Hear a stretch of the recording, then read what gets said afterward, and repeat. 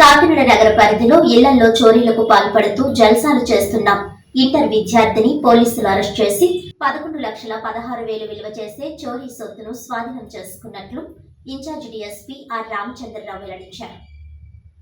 కాకినాడ నగర పరిధిలో పలు ఇళ్లలో దొంగతనాలకు పాల్పడిన కొత్త నేరస్తుడు సుంకర తేజాను అరెస్ట్ చేసినట్లు incharge DSP R Ramachandra Rao, crime సిఐలు ఎం నాగదుర్గారావు, బి కృష్ణ తెలిపారు.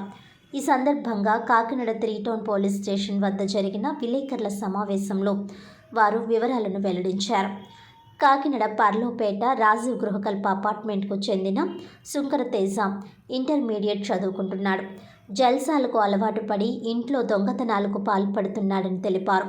జె రామారావుపేట, ముగ్గుపేట, చీడిగ, రాగంపేట, గుడారిగుంట ప్రాంతాల్లో ఇంట్లో లేనప్పుడు ఇంటి పరిసరాల్లో పెట్టిన తాళాలు తీసుకొని తలుపులు తెరిచి ఇంట్లోకి ప్రవేశించి బీరువా తాళాలు తెరిచి అందులో ఉన్న బంగారు, వెండి ఆభరణాలతో పాటు నగదును దొంగిలించడం జరిగిందని తెలిపారు.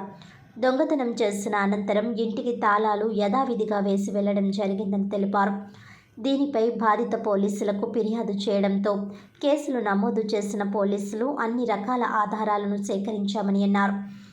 చోరీలు చేస్తూ ఆ సొత్తును అమ్మగా వచ్చిన డబ్బులతో జల్సాలు చేస్తూ స్నేహితులతో సరదాగా గడిపేవాడని తెలిపారు. కాకినాడ సిటీ రూరల్లో 6 దొంగతనాలు చేయడం జరిగిందన్నారు. నిందితుడి నుంచి 11.16 లక్షల విలువైన బంగారు, వెండి ఆభరణాలు, నగదును స్వాధీనం చేసుకోవడం జరిగిందన్నారు.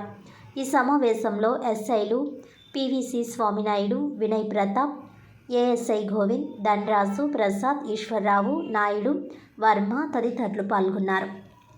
ఇంద్రపాలెంలో 2 కేసులు, తత్వరంలో 1 కేసు, తర్వాత 3 టౌన్లో 1 కేసు, ఇలా మొత్తం 6 కేసుల్లో ముద్దాయి కన్వర్ట్ చేసి ప్రాపర్టీ వాళ్ళ తెలుసున్న ఒక ఆడామి ద్వారా అందించాడన్నమాట.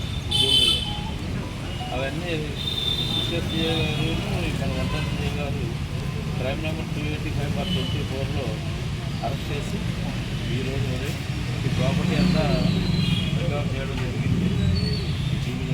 ఇందులో మన ఎస్ఐ గారు